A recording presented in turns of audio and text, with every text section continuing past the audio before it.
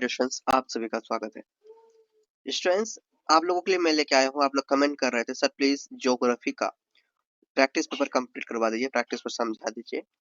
तो आज मैं आपको एग्जाम के देखते हुए देखिए क्लास 11th के लिए मैं ज्योग्राफी भूगोल का क्वेश्चन पेपर समझा रहा हूँ, जो प्रैक्टिस पेपर आया है एनुअल एग्जाम के लिए।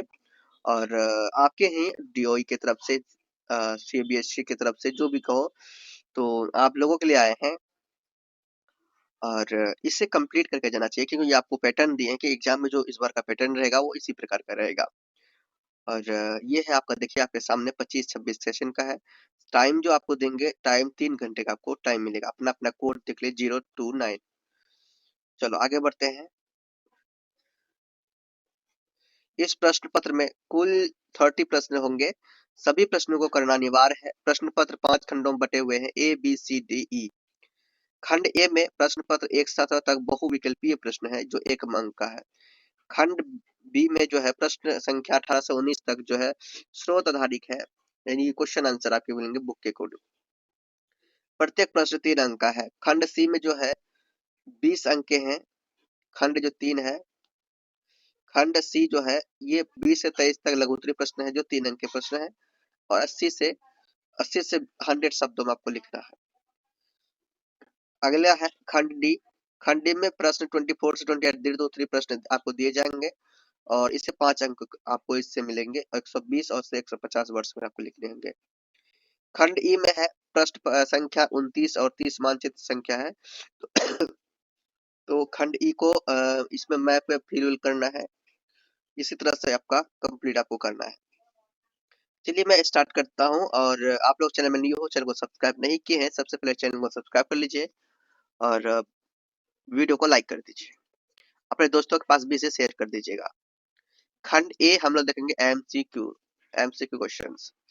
चलो, निम्नलिखित में से किस प्लेट का प्रवाह दर सबसे अधिक होता है? आपका राइट आंसर हो जाएगा east Pacific plate. Okay. Question number 2 है, नदी या झील समुद्र में मिलने से पहले कौन सा निक्षेपी स्थल रूप बनाती है?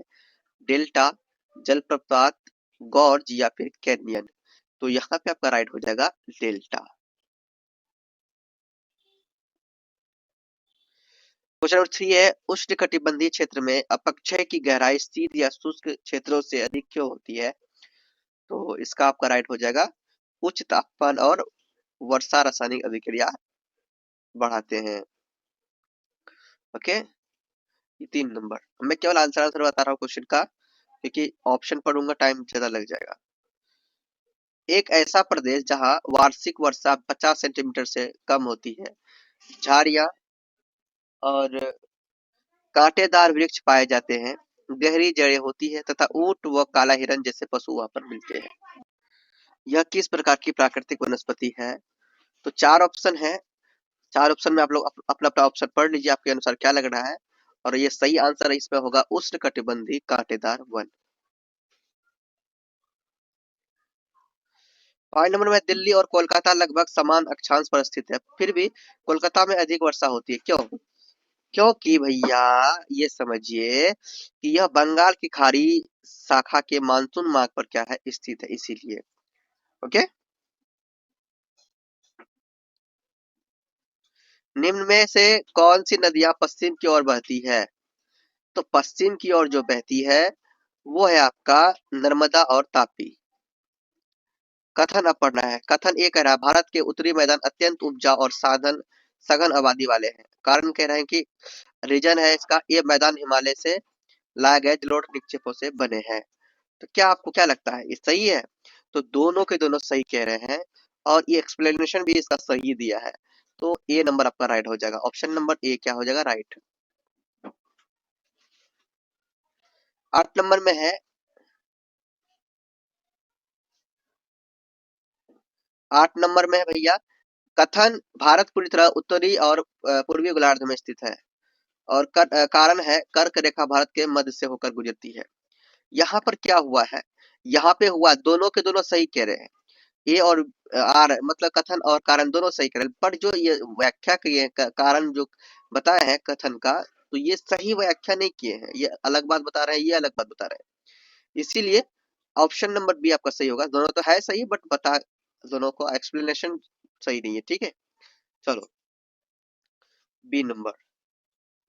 क्वेश्चन नंबर 9 है, उत्तरी गोलार्ध में ग्रीष्म ऋतु के दौरान जब ITCZ उत्तर की ओर खिसकती है तो इसका भारत की जलवायु पर मुख्य प्रभाव क्या होता है? इसका सही जवाब हो जाएगा व्यापारिक पवने, ऑप्शन नंबर बी, व्यापारिक पवने भूमध्य रेखा के उत्तर में आकर दक्षिण पश्चिम मानसून बन जाती है।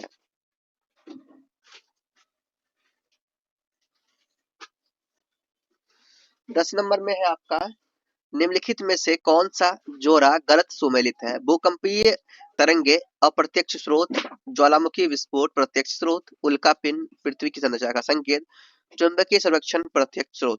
तो इनमें से कौन सा आपका यानी कि जोड़ा सही है या कौन सा गलत है? तो यहाँ ऑप्शन में क्वेश्चन में कहा गया गलत सुमेलित, जो गलत बता रहे हैं वो कौन सा है? तो देखिए यहाँ पे अगर देखा जाए, यहाँ पे सभी के सभी सही है, ये भी सही है, ये भी सही है, ये भी सही है, लेकिन डी नंबर में है चुंबकीय सर्वेक्षण का प्रत्यक्ष स्रोत नहीं है। तो भैया ये ऑप्शन नंबर डी हो जाएगा, 10 नंबर का ऑप्शन नंबर डी राइट हो जाएगा। 11 नंबर में ब्रह्मांड की उत्पत्ति से संबंधित सबसे सर्वमान्य सिद्धांत कौन सा है? निर्हारिका परिकल्पना, बिग बैंग सिद्धांत, भटकता तारा सिद्धांत, द्वितारा सिद्धांत। तो यहाँ पे राइट हो जाएगा बिग बैंग सिद्धांत। फिर 12 नंबर में है, पृथ्वी की परपट्टी के संबंध में कौन सा कथन सही है?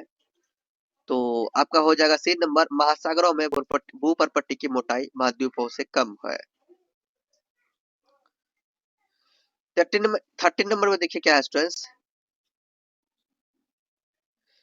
कथन भौतिक अपक्षय शुष्क और अर्धशुष्क क्षेत्रों में अधिक होता है। कारण है दिन और रात के तापमान में अधिक अंतर से चट्टानों का फैलाव और संकुचन होता है। तो यहाँ पे आपका राइट हो जाएगा, ये जो कथन कह रहे हैं, ये कथन बिल्कुल सही कह रहे हैं और कारण जो कह रहे हैं इन कथन का सही एक्सप्लेनेशन कर रहा है। ऑप्शन नंबर ए आपका सही हो जाएगा, ये आर और आर दोनों सही है तथा आर एक ही सही व्याख्या है। 14 नंबर में है, जब सूर्य चंद्रमा और पृथ्वी एक सीध में होते हैं तो तब उच्चतम ज्वार आते हैं, इन्हें क्या कहते हैं? तो इन्हें कहते हैं भैया स्प्रिंग ज्वार। अब देखिए, अब आपका नेक्स्ट क्वेश्चन जो दिया है ये उसे पढ़ना है, पूरा का जब आप पढ़ेंगे तभी आप इसका आंसर दे पाएंगे। तो महाद्वीपीय शेल्फ, तो इसे आप पढ़िए, वीडियो को रोककर आप लोग पढ़िए, ठीक, पूरा पढ़िए। चलो अब 15 नंबर में देखिए है, महाद्वीपीय शेल्फ क्या दर्शाता है? महाद्वीपीय शेल्फ दर्शाता है महाद्वीप का समुद्र के नीचे फैला उथला किनारा।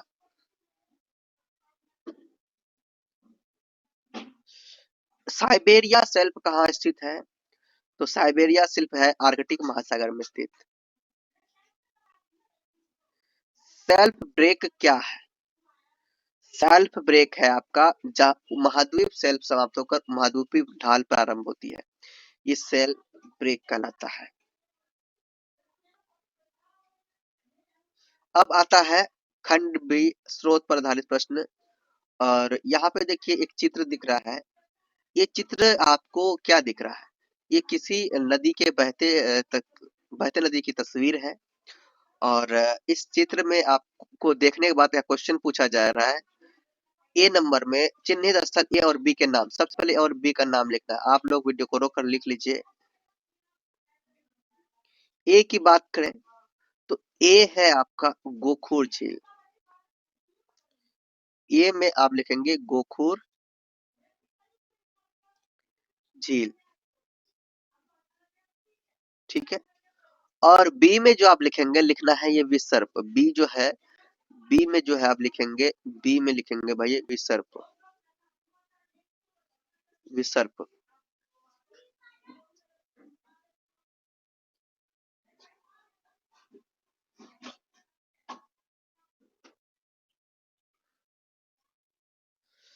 विसर्प छोटा छोटा आप लिखिएगा, मैं समझा रहा हूँ। तो ए में गोखुर झील लिखना है, बी में विसर्प लिखना है। हो गया ए नंबर का आंसर, ठीक। ए और बी का नाम लिख लिए। ये स्थल रूप किस भू आकृति कारक द्वारा निर्मित है, ये बताना है। तो ये स्थल रूप जो है कि ये स्थल रूप किस भू आकृतिक कारक द्वारा निर्मित है, तो आंसर आप लिख सकते हैं अपना, ये स्थल रूप नदी के प्रवाहित जल द्वारा निर्मित है। क्या लिखेंगे? ये स्थल रूप नदी के प्रवाहित जल द्वारा निर्मित है। जल द्वारा निर्मित है, ये निर्मित है, ये आंसर आपको लिखना है अपना कॉपी में, ठीक है। अब देखो सी नंबर में कह रहा है इनके निर्माण की दो अवस्थाएं बताएं। तो इनके निर्माण की दो अवस्था, पहला अवस्था आप लिखेंगे विसर्प का निर्माण। पहला क्या है भाई? विसर्प का निर्माण।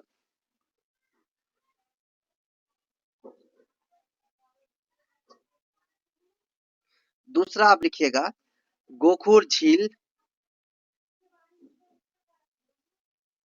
झील का निर्माण, ठीक है। इसके बारे में आप एक्सप्लेनेशन भी कर सकते हैं, आप एक बार पढ़ लीजिएगा बुक में, या फिर आप गूगल से कर लीजिएगा विसर्प के बारे में का निर्माण, गोखुर झील का निर्माण, तो उसमें शॉर्ट में आएंगे, आप समझ लीजिएगा। अब हम लोग आगे आते हैं, ये हम लोगों ने किया 18 नंबर। अब हम लोग करते हैं, ये दृष्टि बाधित वाला के लिए है तो इसे छोड़ते हैं। ये है उत्तरी मैदान 19 नंबर, इसे भी हम लोग पढ़ेंगे, पूरा जो लिखा हुआ है इसे पढ़ेंगे। जब आप पढ़ लीजिएगा वीडियो को रोक कर पढ़ लीजिए, जब पढ़ लेंगे तभी आपके सामने क्वेश्चन आएगा, इस क्वेश्चन को सॉल्व करना है। क्वेश्चन है, देखो क्वेश्चन है उत्तरी मैदान वाले दो नदियों के नाम बताइए। जब यहाँ पर पढ़ेंगे तो आपका आंसर आपको लिखना है, आपको मिलेंगे सिंधु और गंगा, दो नदियों के नाम सिंधु और गंगा, ठीक है, ये राइट हो जाएगा। जलोढ़ मैदान के दो प्रकार होते हैं, तो जलोढ़ मैदान के दो प्रकार होते हैं, भांगर और खादर। भांगर और खादर आप लोग लिख लीजिए, ठीक है। अब देखो भाबर से दक्षिण के क्षेत्र की दो विशेषताएं। तो देखिए भाबर से दक्षिण क्षेत्र की दो विशेषताएं, भाबर के दक्षिण क्षेत्र को हम लोग तराई क्षेत्र कहते हैं। इनके बारे में आप थोड़ा नेट में भी सर्च करते हैं, दो विशेषताएं क्या है, तो वहां से आपको पता चल जाएंगे। और आप यहाँ पे मैंने दो विशेषता लिख निकाल दिया है, दलदली एवं नम भूमि, इसे आप छोटा छोटा लिखना चाहते हैं जितना यहाँ तक लिख सकते हैं।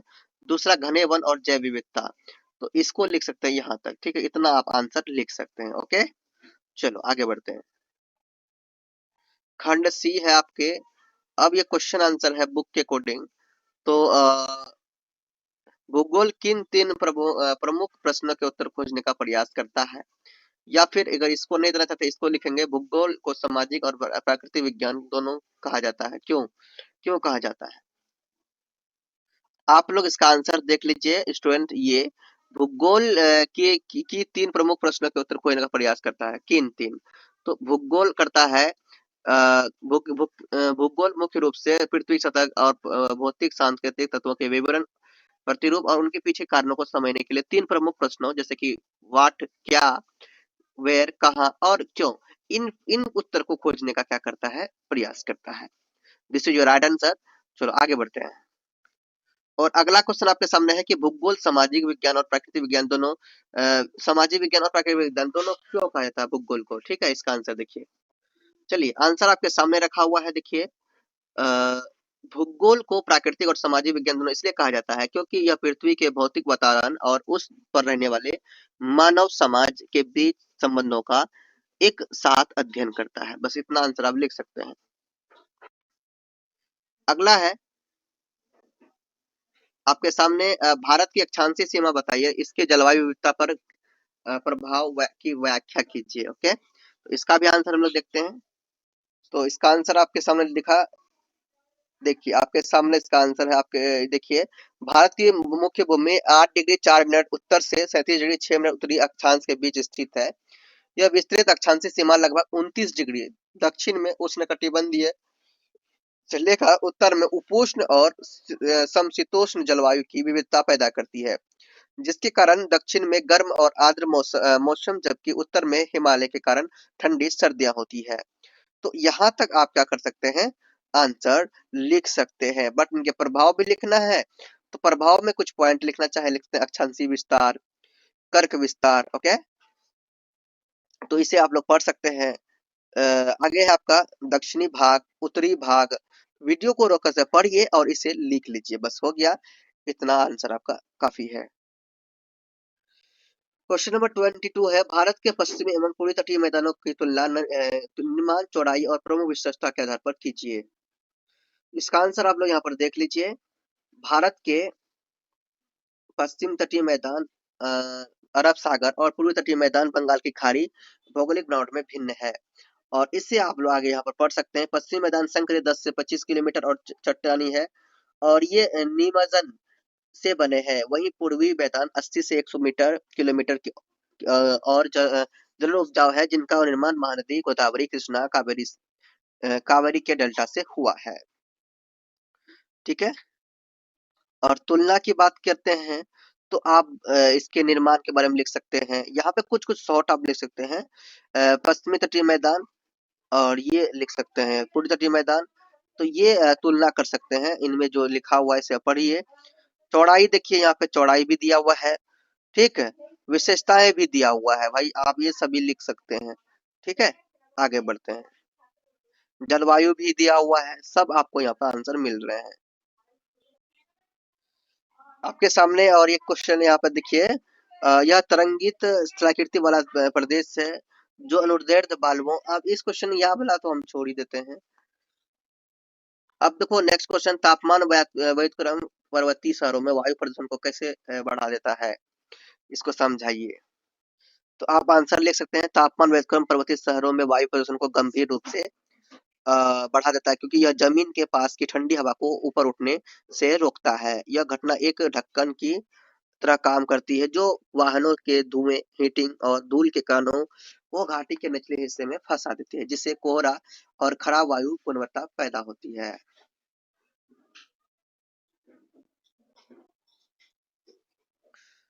तो ये आपका कंप्लीट होता है। अब आगे बढ़ते हैं हम लोग। अब देखो, अब हमारे पास आया है खंड डी, दीर्घ उत्तरी प्रश्न, 5 अंकों का। कौन सी नदी चेमांग युगदुंग हिमनद से निकलती है, इसके 4 प्रमुख गुण लिखिए। ये आंसर देखिए 5 नंबर है, तो 5 नंबर के अकॉर्डिंग आपको लिखना भी पड़ेगा। ब्रह्मपुत्र नदी तिब्बत में मानसरोवर झील के पास स्थित है। आप इस वीडियो को रोककर पढ़ लीजिए, और आगे जो आपको दिया गया यहाँ पे 4 प्रमुख गुण, ये भी आप लोग लिख लीजिए। ठीक है, और आगे है आपके सामने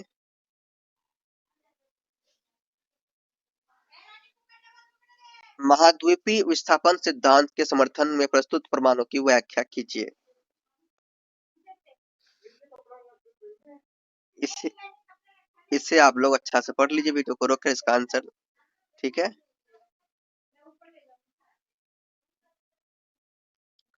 नेक्स्ट आपका 26 नंबर, पारिस्थितिक संतुलन बनाए रखने में वन्यजीव संरक्षण का महत्व स्पष्ट कीजिए। तो आप यहाँ पे लिख सकते हैं, आपको यहाँ पर आंसर दे दिया गया, ऐसे पढ़ लीजिए वीडियो को रोककर, और कुछ बिंदु अब लिखना चाहते हैं, ये सब लिख सकते हैं छोटा छोटा करके आंसर। ठीक है,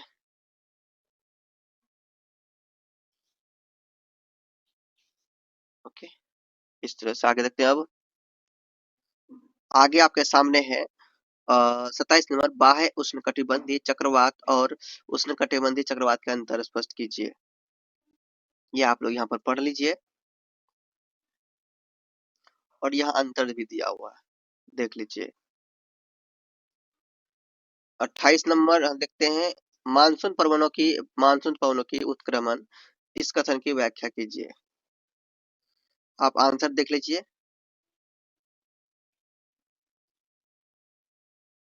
ओके, और इनका व्याख्या भी किया गया, इसे भी देख लीजिए। इस तरह से ये आपका खंड डी भी कंप्लीट होता है। खंड आपका ई है, जो मानचित्र पर आधारित है। दिए गए विषुव रेखा मानचित्र पर किसी 5 भौगोलिक विशेषताओं की पहचान करें और नाम लिखें।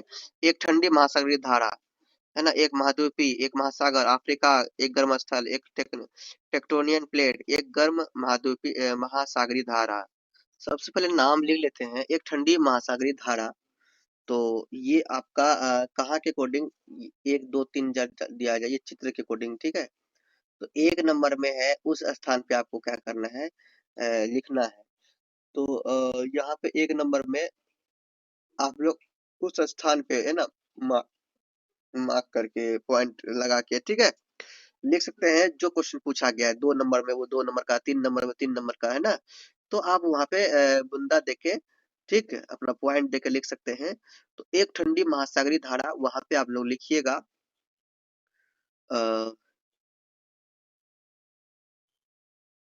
बेंगुयला धारा। दूसरा है एक महाद्वीपीय, एक महाद्वीप, तो एशिया महाद्वीप, ठीक है, एशिया। एक महासागर, तो हिंद महासागर। जो मार्क किया गया है ना, जहाँ 1 2 3 4, वहां पे आपको लिखना है, उस अकॉर्डिंग आपको क्वेश्चन दिया है। 4 नंबर में एक अफ्रीका का एक गर्म मरुस्थल, तो अफ्रीका का गर्म मरुस्थल आपका सहारा मरुस्थल लिख सकते हैं, सहारा मरुस्थल। एक टेक्टोनिक प्लेट, तो आप लिख सकते हैं इसमें अफ्रीकी प्लेट, अफ्रीकी प्लेट। आगे है एक गर्म महासागरीय धारा, तो गल्फ स्ट्रीम लिख सकते हैं, गल्फ स्ट्रीम, इस तरह से। तो बाकी हिस्ट्री वाले छात्रों के लिए है। तो यहाँ पे जो नंबर 1 नंबर 2, तो वहां पे आप अपने अपने जगह में वो चीज भर सकते हैं। तो ये सब मैप वेप देख के जाइएगा। आपके बुक में जितने भी मैप्स दिए हुए हैं, सभी मैप्स को देख के जाइएगा।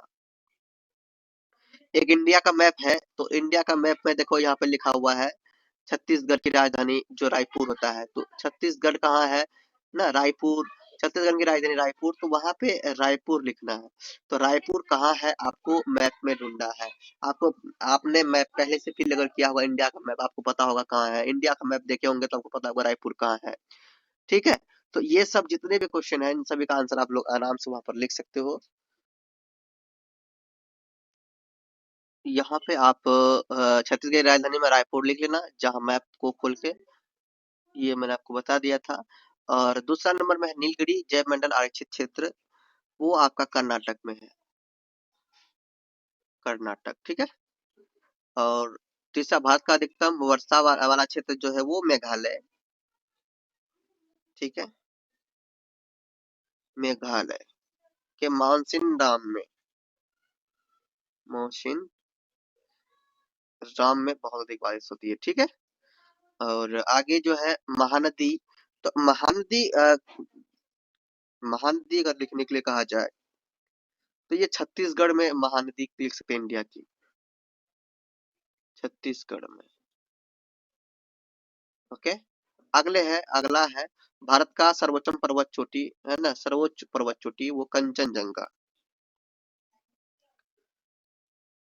कंचनजंगा, ठीक है।